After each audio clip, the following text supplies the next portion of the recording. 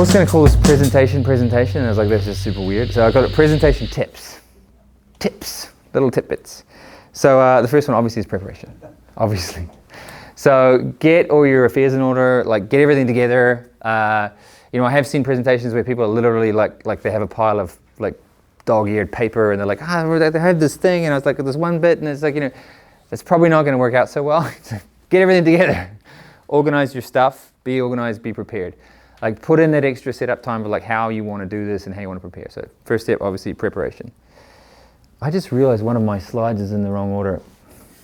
I'll explain it to you when I get there. The girls have part of preparation. I didn't fix it. Yes. So why are we doing this?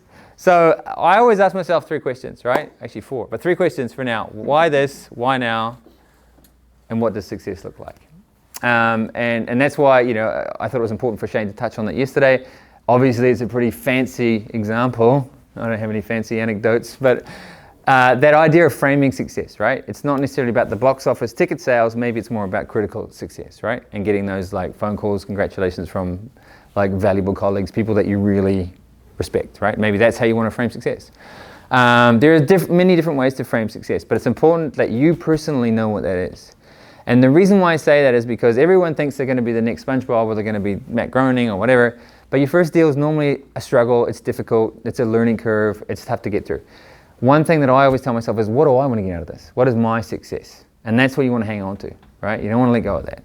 And oftentimes a lot of like agents or business folks, they don't get it. They're just like, why is that important to you? I don't care about that. It's like, doesn't make any sense. It's like, yeah, but I understand that I have to let go of a lot of this stuff, but for me, this is what I'm hanging on to. And this is what I need to take my career forward, to take me forward, to help me develop, right? And this is what I want to do with my show. So be really clear about what success looks like for you. Ask yourself, like, what if I didn't do this? Would anyone care? Does this really matter? Like, why this? Like, why should I do this? What have I really got to say? You know, if it's just like, I like Gravity Falls and I want to do one like that, so maybe not such a good idea. Maybe try again, think about something else. But you know what I mean? It's like I've done that before. I'm like, I like Wonder Over Yonder, I'm going to do a cartoon too. But it's like, but nobody buys it. Everyone's like, whatever. Like, we've seen it before. I even got called out once. We're like, oh, this looks like that other show. I was like, yeah, maybe. And so be careful of that. Like, really ask yourself, like, why this? And would anyone care if I didn't do it, right? Like, is it important in some way? Like, we want to aspire to propel the medium forward, right? And I think that's not ridiculous to say that. Like, I think you could genuinely offer something fresh, something new, especially because, especially in a company like this, you've been exposed to so many different types of shows that are really at the high end of what's happening, right? And that's a very privileged place to be because, for example, working in Europe at different studios, like, it's really cobbled together, and it's not the fault and it's not a blame of the artist. It's just that there's not the money, there's not the desire, the audience is different. They're genuinely making it all younger, so the stories are less, I would say, sophisticated or layered. So again, you're in a really great spot, exposed to the best stuff in the world. Why not? Why not add something to the pile? Why not push it further? Like, you know what I mean? It's like, it can come from here too. So that's important too. And then why now? Like, where are you at your career? At what stage are you at your career? Maybe you're just starting out. Maybe that's the best time to make a show. You know, maybe that's when you're freshest. Maybe that's when you're bringing something new. You know what I mean? You don't have to be an expert to be a creative person, right? So you don't have to be the person that's an expert at this domain or this field to be someone who's got an interesting story to tell, right? That's a really important thing, right? And then also you may be at the top of your game, very experienced animator, very experienced layout artist. You may even work in production, but you may have observed something and carried this with you for many, many years. And maybe now it's the time to get it out, right? So just think, like, why now? Is this really the moment for me? You know, or you know, how do I go about sort of figuring that out? So talk to yourself first. That's the big one. Talk to yourself first before you start talking to others, because often we always want to run out there and like, I got a show, it's going to be amazing, it's going to revolutionize the world. But have that conversation with yourself first, because people, like, well, anyone of genuine value will start asking you questions, and you got to be able to answer them. You know, and so if you thought about that first, generally speaking, you say, yeah, but I don't want to do that. Like, this is why I'm doing it. You know, and it's important to be able to do that, so you can position yourself, and whatever your show, your idea is, you can position that straight up front. So how generally speaking, people tend to focus, and me included, on your weaknesses, right? You're like, well, I'm really weak on this side of like draftsmanship or whatever it is, or backgrounds, or so I'm gonna work extra hard on lifting that thing up, right? I'm gonna get better at that thing so I can cover that weakness. But I think it's the wrong way to go. You should really lean into what you're strong, what the areas that you have your biggest strengths, because that will also generate interest. If you can lean into that and it's something you can do comfortably and you can express yourself with confidence, it tends to generate interest. People are like, wow, that's cool. I like that idea. That's really interesting. You know what? I can't do what you do, but I can do this other stuff. Can I play too? Can I get involved? Can we do this thing? Like, I think enthusiasm, confidence, and positive energy is contagious, right? And it'll bring people in. Like, and as you know better than anybody, projects don't get made by like 1 or 2 people, right? There's like the whole village behind this thing. So just lean into your strengths, right? And take that step forward. And don't block yourself by, oh, but I can't do this, and oh, but I can't do that. And because we can't be good at everything. There's a whole lot of stuff that we can't do. So lean into what you can do and start there, right? So lean into your strengths. It's a big one. Because as it says there, we can always find help, right? And that's the thing. You can generate interest. You can always find help at some point. But first step, get started. Like, lean into your strengths, get started, like, have a go. Could possibly go wrong. Everything. And the other thing, which for me is arguably the most important thing, is to think outside of your own desire or your own need. Like, what kind of experience would you like to create with this whole thing? So, like, in the spirit of tips on presentation, okay, if I'm presenting something to you, like I asked myself on Sunday, like, what experience do I want the 3 people that are going to attend to have at this presentation? Like, what am I trying to give them? Like, I think you have to be like generous in a persistent way. Like you have to be persistent in a generous way. You have to be constantly looking at, how am I giving? What am I giving? Like, it's not just take. Like, am I really interrupting them for a reason? Is there something I want to tell them or give them? Is there something beneficial, right? So I think, really ask yourself, what is the experience I want to create? Because whenever you're presenting, there's someone on the other side. So what is it that you want them to feel? What is it that you want them to see? Is this audio? Is this visual? Do you have any support? Is there any visual support? Or am I just a great storyteller, right? Maybe some of you do stand-up. Maybe some of you are used to being on stage. And so your biggest strength is you're charismatic and you're confident speaking in public. Well, that's a huge, huge bonus, right? But if you got that, then you should use it. And you should really create an experience, right? This is an experience. And again, we talked to Jermaine and Shane about that, and their challenges internally at TVA about, like, shows live and die on that. Like, a great pitch might not end up being a great script. And so they have a great pitch because that person is great in the room, but then the executive that's pulling the trigger on the show reads the script and says, I don't get it. This show's dead, So, and that happens. It's a very real thing. So think about what the experiences you're trying to create. Because this will give you the answer to how, right? So once you decide, okay, like, why this, why now, what does success look like? This is how I'm going to do it, you know what I mean? And, this is the experience I wish to create. Then you can say, well, you know what? Instead of sending a script in, I'm going to record myself face cam telling the story, right? And we did that with Andy on his Halloween special. And he put sound effects and a bit of music in there as well. And it became a spooky story, right? So now I'm controlling the experience. Now, Mr. or Mrs. Executive, sit down, get a comfy cup of cocoa, put your slippers on, listen to my story. This is what we want to make, right? It doesn't have to be a written script. It doesn't have to be fancy drawings. There are a number of different ways of presenting a story, right? So think about the experience you want to create. That will give you how. The beginning of any presentation needs to be a promise. I'm making you a promise. I promise to you that this will be valuable. I promise to you that I will explain to you what we're doing, why we're doing development, what we're doing, how to present your stuff, and I'll give you some valuable reference at the end. That's my promise to you. I hope I deliver on that. But I think any presentation makes a promise. If you're saying that your cartoon is funny, then you have to make me laugh. If you're saying that this is an action show, then I want to see something that's spectacular and it's going to have that energy and something that I would expect with an action show. If you're telling me it's a horror thing, you've got to scare me, right? It's the promise, and it's very simple. And often it's one word, you know what I mean? But it has to be that. And, you know, last week we were talking to some folks from Netflix, and they describe Netflix as a bookstore, right? Netflix is just a bookstore. And if the cover does not tell me what's inside that book, the wrong people will pick it off the shelf and the algorithm will kill it. And that's what will happen there. And I think that's really interesting because like your presentation from the first image makes a promise. So be sure you can deliver on that promise and track it through. So in order to sort of define that, I always insist on workshopping first. So, and what do I mean by workshop? I think there's a big difference between I would say, a crazy brainstorming, right? Like the brainstorming thing. Like personally, I think it's bullshit. Like brainstorming is a waste of time. I think you need a facilitated workshop, right? Something that has structure to it, something that has goals. Like we're going to achieve something by the end of this hour, 2 hours, half day, whatever it is, and we're going to structure it and we're going to do it. We're going to achieve that goal, right? But you need to structure it, you need to organize it, and you need to get to know each other through those workshops. And I think as an initial step, workshop it first. And you can do that with a bunch of friends. You get some beers in and you go like, hey, I got this idea.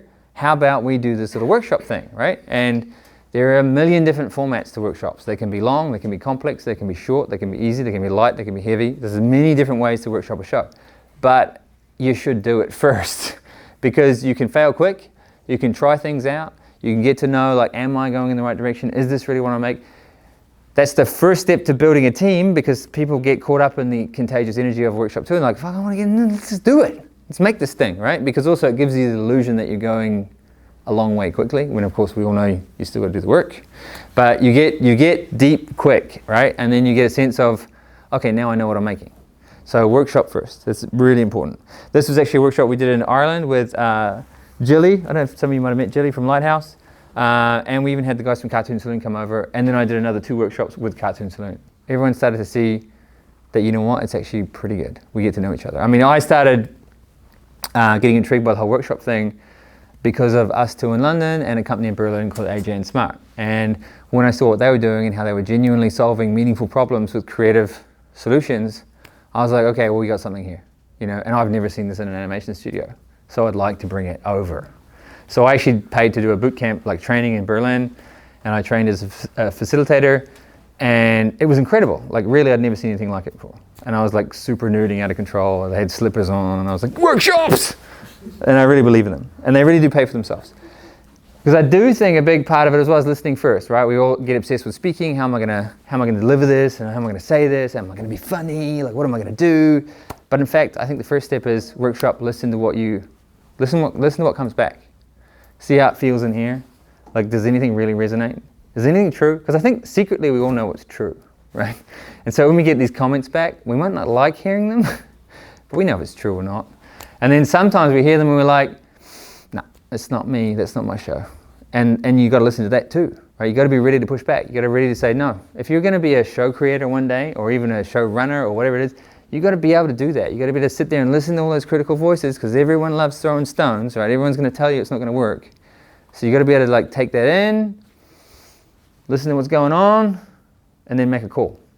That's not what we're going to do. That's what we're going to do. So that's also what workshops are a safe place to try that stuff out too. So it's good. It's good to sort of feel what that feels like. So yeah. So the big thing is listen before speaking. It's really important. So make sure you go through that process. Talk to yourself. Listen before speaking. Do some workshops. Like with any, I would say, part of the process, whether like you're blocking a scene, whether you're just stumbling out a layout, you're sculpting it, right? You're working it up. You're not doing your final image first. Well, the presentation is the same. You're sculpting a presentation, right? So block it out. I mean, I don't know why more people don't do it this way, but I started using Storyboard Pro. I was like, you know, it's a piece of software that I have to do storyboards. I was like, well, actually, you know what? Why don't I do my presentations in it first? Because then I can just block them out. I can click through them. There's a narrative thing to it. I can test the story. I'm telling a story. It's cheap. It's easy. Like, as they say, vectors are cheap. You know, you do a whole bunch of them. And also, it's a really fat, dumb drawing tool. So I don't get caught up in trying to do pretty pictures, right? So I'm just doing quick, like, there's a thing here and there's a thing here. And I'm trying it out, and then I'm clicking through it. And I'm like, oh, yeah, that kind of works. And then what if I switch this around? And the timeline thing is useful. So I was like, yep, Storyboard Pro, I'm going to sculpt my presentation in there. So that's what I always do. And then at the end, you can easily export JPEGs, and then you pull them into, I don't know, Procreate or whatever, and then you do your images, right? But at least you've tested it out first. You're doing it quick. You're not getting like bogged down in details. That's really important. This is the one that's backwards. Sorry about that. So obviously I was ripping off Maslow's hierarchy of needs, but it's the other way around. This should be down here. And the idea is that there's a hierarchy to the information that you're putting on your overall presentation, and also slide by slide, right? So like, what information is the most important, right? And if you workshop first, I hope you've identified your core themes, right? We recently did a presentation for Disney in the UK where they asked us to develop one of their heritage brands, and while we were on the conference call with the Disney team, we were just writing down words that we heard. And then we put them together in a word cloud.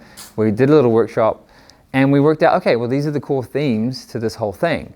So then we built 5 different concepts around these core themes. And that was really useful because it informed everything else we did. So from a narrative point of view, we were looking, again, back to those core themes. What stories are we telling? You know, the things that came through, like community, connectivity, like being connected. Movement, it was a big thing, like the movement of, I guess, the journey that was part of this ride. There was a bunch of other core themes that we kind of pulled together. That informed our narration. That informed the emotion as well, the types of emotion we wanted to create with the characters. And then ultimately that informed the choices we made graphically, which I think it plays back into what Shane was saying yesterday, which I thought was amazing, and I just wrote it down straight away, and I'm going to seal it and use it everywhere. But that whole thing of, story informing, I can't even remember it now, but it's like story. Yeah, I wrote it down. But story informing your graphic choices, right? And the idea of making sure everything's informing the next thing. And I think it's really important to have that in mind when you're building your presentation. Because what I see all too often is wall-to-wall text, right? So like, it's just like, blah, blah, blah, blah, blah, blah, blah. And it's like, well, who's really going to read that? And especially if you've decided to present it personally like this, where you're talking to people, it's that whole thing of like, if I'm just writing on the screen what I'm saying, you can read faster than I can speak. So by the time I got to the end of blah, blah, you're like, God, this is boring. I've already read that. Why is he telling me the same stuff, right? So I think it's not really that beneficial to learn by heart big blocks of text, right? I think it's good to know what you're talking about and being able to sort of get deep into the content, but you don't need to learn word for word, right? And especially like everyone gets stressed out about that. I mean, about this whole thing of like, it's got to be perfect. But like no one knows what it's supposed to look like, right? So if you make mistakes, they don't even know. So just keep going. You know, even if you get your slides backwards, just keep going. And then in terms of structure and hierarchy of information, you should break every presentation down to this. You start with awareness, you then have inspiration, and then you have reassurance. And the reason for that is it's part of the sales cycle, right? Like when you're selling anything, no one's going to buy something off you if they don't know who you are.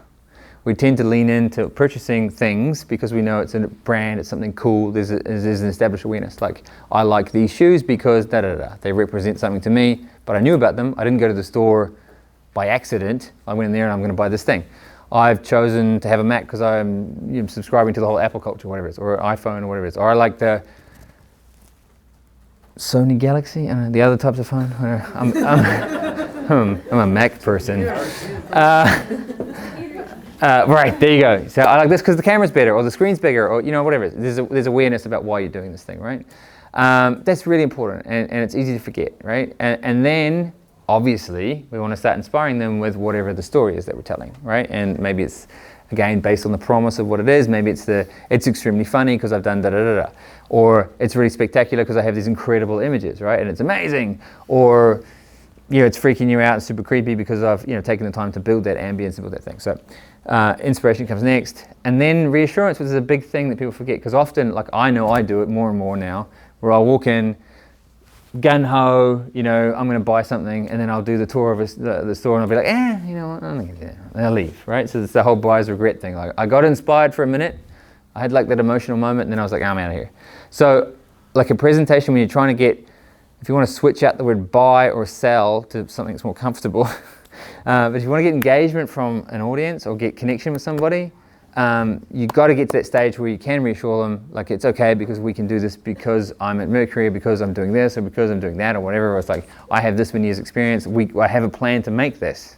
It's not just, I had an idea, and maybe it'll happen one day. Like that kind of vagary, I think is just like, it's concerning mostly. And also, often, depending on who you're pitching to, like often if you're pitching to, I would say, a somewhat intimidating person or company, sometimes you'll start with this instead of doing this and this, right? Or you mix them up, right? And if you start with this, you start trying to reassure someone before they even know who you are, and before they've even been inspired, they're just gonna be like, what's your problem? This is super boring. Like, and also, I don't need you to reassure me. Like, what are you doing? Like, this doesn't make any sense. And then they'll probably cut the meeting short, or they'll make it very clear to you that they got something else to do. You know what I mean? And I've had that happen. It's awful when the exec in front of you is like, I'm going to fire my assistant for making this meeting, or it's like you're just like, oh god, this is awful, and you got to get to the end, right? So make sure you just get this right in the structure of your presentation, and then it'll just happen naturally. As long as if it's already built into the structure of the presentation, it doesn't matter how nervous you are, it'll happen naturally. So definitely build that in. The other thing is questions. Happens all the time. You're like in the middle of a presentation and someone says, what's the thing with the banana? And you're like, you just broke my flow. Like I can't, what am I going to do? That happens all the time, questions, right? And people like throw them at you, or or even if someone's like, they'll interrupt you, or they start like people do that stuff as well. Like they cross their arms. Just don't be afraid to just take a pause and ask some questions. Ask some questions, or if someone wants to ask questions, say, did you have a question? Is there something you want to know more about that slide or this thing or whatever? It's okay, it's a conversation. We're trying to create experience with this person. We want them to be connected and engaged, right? So questions are okay. It shows interest, it shows engagement, and it's okay. You can pick it up. And you can even say, oh, I've lost my place, hang on, I've just got to, it's okay. Look, it's okay to have questions, and it's okay for them to ask you questions, or to even stop and say, did you have a question because you look like you're freaking out, so what is the problem? And sometimes that can just decompress everybody, and they realize this is a conversation, there's no problem here. So questions are big. The other ones, think about rhythm. Rhythm from a layout perspective as well, like how you balance the rhythm of your slides. Is it all busy, busy, busy, busy, busy? Do you have like busy, empty? Maybe you've got some that are colored, some that are not colored. The way you step through it as well. If you're editing it, if it's a video, again, build to moments where there's a crescendo, or there's a moment where you've got to pay off. Think about rhythm. Rhythm's really important, and rhythm's important even if it's a static document that someone's reading. You're building rhythm, right? So we all know it in animation. We know it in layout and design as well. Rhythm is everywhere. Like this is based on an image I saw in an art gallery many, many years ago, and it was as big as the wall, right? And it was all like insects. But one wall was insects, and it was like just running straight up the wall. And it literally, if you stood long enough, it felt like it was moving. It was just like, because of the negative positive space thing, right? And then on the other wall, it seemed like exactly the same image, but it was just abstract shapes. But it was tricking your eye, and it had the same rhythm, right? And so that whole thing of like static images can have rhythm, I think is important. The power of moments, the idea of like pushing the peaks rather than filling pits, it's really important. People tend to get focused on their weaknesses, and they start filling pits, which just makes something really average. But if you actually like increase the peaks and the things that are strongest in your idea or your pitch or your even what you have to say, what that does is it creates a more meaningful moment, and that's what people remember. They'll forgive your weaknesses if the peaks are sufficiently high enough. So yeah, lift the peaks. Looking for contrast as well, that's a big one. Like when you're judging what's the most important information on a slide or on a part of a piece of your presentation, look for contrast. Like if something's not important but it kind of has to be there, like push it back and then pull the most important thing forward. Make bold choices on that stuff. It's really important to be bold, as we're, make a choice. Like don't sort of go for halfway. It's like, if it doesn't need to be there, it's not paying for itself, get rid of it, And that comes back to everything serves the story. Like that's a really important thing. Everything must serve the story. If it doesn't serve the story, get rid of it. Even if it's a beautiful thing, even if it's like, I remember like when I first started like training in animation, a teacher said, just because it's the best thing you've ever done, it doesn't mean it's any good. And I think that's the thing. Even if you're really proud of it and you love it, it needs to serve a purpose and it needs to serve the story. If it's not doing that, then get rid of it. And story can be really simple, right? Like, here's a story. This story is about a little girl, her parents, like their family, and the place they live. And that's it, right? Story. That's all I got to say. So just think about what is the simplest way to get people in. And the reason I use that is that part of the step into Unicorn Cove starts with a blank slide, a little girl. The next slide is her best friend, so it's just two kids. The next slide is their families, so just their parents. And then the next slide is like full page, color image. This is where they live. Because I want people to come into where they live. So I'm drawing you in, and then I'm going to tell you the story. So I think about that. Like, think about the experience you're trying to create. Am I bringing you in? Am I pushing you away? Am I going to surprise you? Like, what am I going to do? Think about rhythm. And obviously, it's character. We want the characters to come forward. Once we've set all that stuff up and we get into the characters, often what I see is the drawing contest. Like, look how great I can draw. Look how amazing my line work is. No. What do I know about the characters from what I'm just looking at? Like, is this telling me a story about who they are? Like if you've done your work on understanding who those characters are, then each pose needs to express that, right? It needs to be very clear. Same thing, tell a story. Whew. Go deep, that's the line. You want to go deep, like really deep, but stay narrow, right? So you really want to stay narrow. So be laser focused. We want to go deep in a very narrow space, right? So once we decide that this is the promise of the show and this is the thing I'm doing, then go really deep on that. But stay in that zone and don't get distracted by other temptations and other things. That's why you should always try to avoid doing this kind of work in a vacuum. Workshops. Love workshops. And so you're layering it in, right? So trying to find ways that as you're going through, there's layered information in each slide. Because the other thing is you can have a presentation about a show that's 5 slides long, but you could spend like 20 minutes on each slide. If they're sufficiently well crafted, each slide tells a story and they go deep and narrow and they're layered. If they're done well, you can literally just sit there and talk and there's enough to talk about on the slide, right?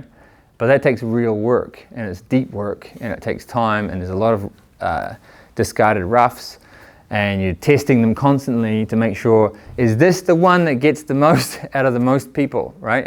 What is this really, is this working? Is this touching like a chord with people or not? And if it's not, then, try something else and try something else and try something else. Because honestly, the color stuff, it doesn't matter that much. At first, you're just trying to get that reaction from a really strong layout, composition, and rough. That's enough. The other one is direction. Often, what I see in a lot of presentations is that people will go back and forth. So it'll be like, bip, woo, we're going back here again. Why is it? And then you get confused, you know where you are. Like, there has to be a flow to the story. It's like any kind of narrative structure. There's got to be a flow. There's a direction to it. We're comfortable reading left to right, so let's keep it moving. When you're jumping back and forth, it's like it's confusing, and you'll feel it as you click through it. But again, that's the whole thing of practice telling the story. Tell it to people so you get a sense of why is everyone bugging on that little bit there? And it's like sometimes it's because I actually changed direction. And sometimes it's not that obvious. You're clicking through. Everyone gets stuck on that bit, and you don't really know why. And sometimes it's a directional thing, where actually you've gone back in time, or there's some kind of continuity issue that you didn't notice. And this is a big one. This is not your portfolio. This is not your portfolio. This is a story that you're telling, and you're trying to create an experience. So you're not trying to get a job by showing off how amazing your competence or your expertise is. That's a different document. It's a different functionality. It's a different thing.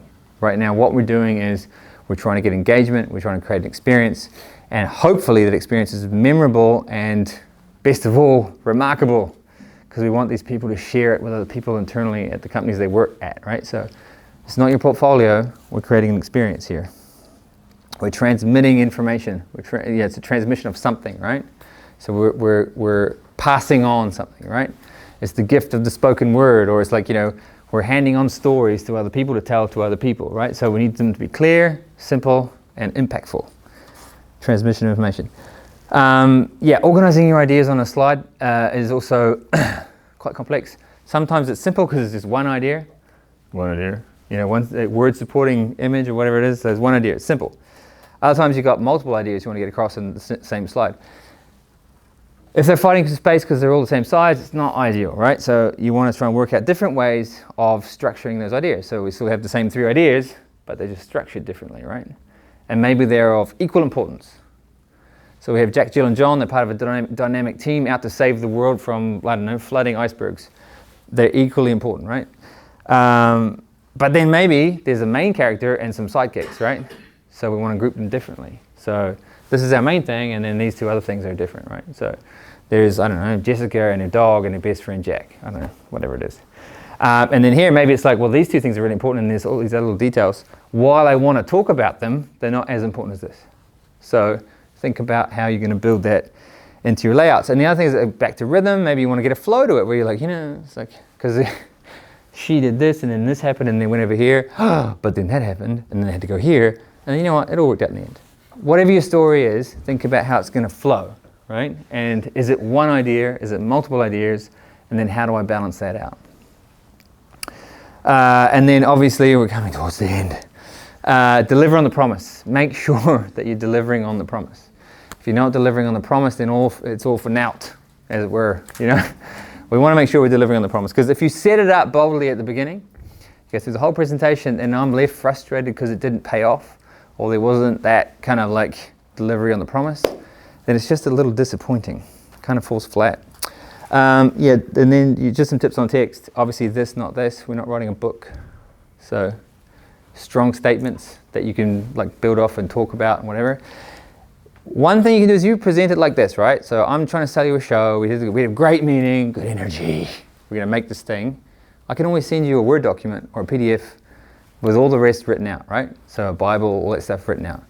I don't have to give it all now, it can be done in stages, right? So as long as I get engagement from you and we're really connected, then I can send it. I'll send it to you, and then you can share it with your team, right?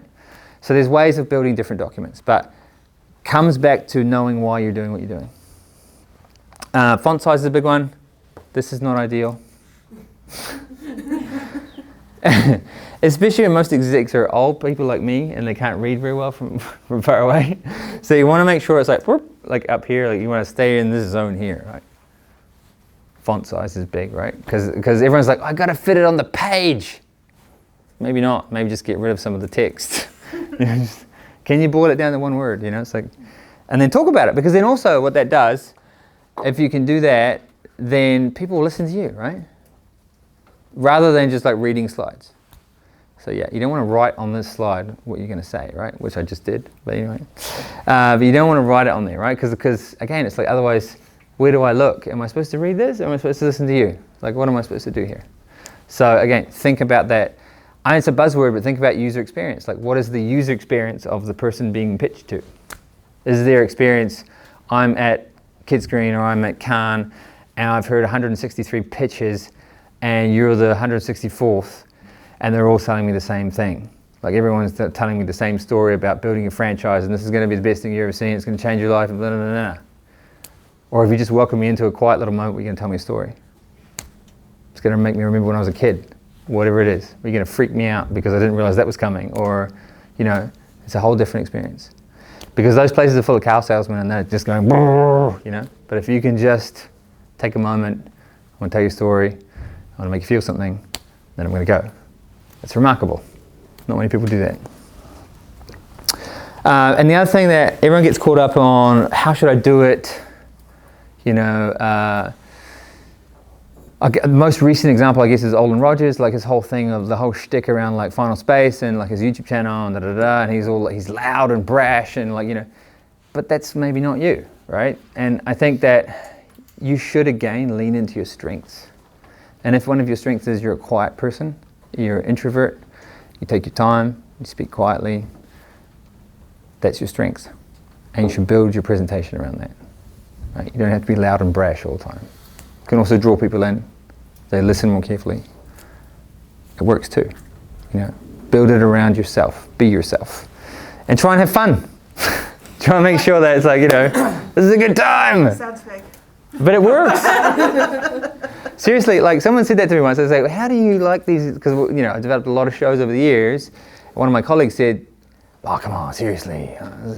How do you find something that you like in these shows, right? Because some of them are kind of awful, And what I always tried to do was trying to find that one thing that I could relate to, right? That one thing that was like, okay, that reminds me of when I was a kid, or oh, I used to do that, or find that one thing and just try and have fun with that, you know? I think we can all do it. We can all find that one thing that we can enjoy, right? And I think that's the thing, right? Sincerely try and have fun. And I think don't fake it, just really try and have fun.